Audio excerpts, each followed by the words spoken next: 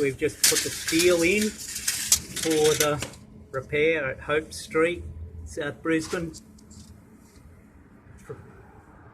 300 centres. Just put a little bit of epoxy zinc rich on some of the bars that were a little exposed. Taped up the back, and we're just about to wet down and pack in.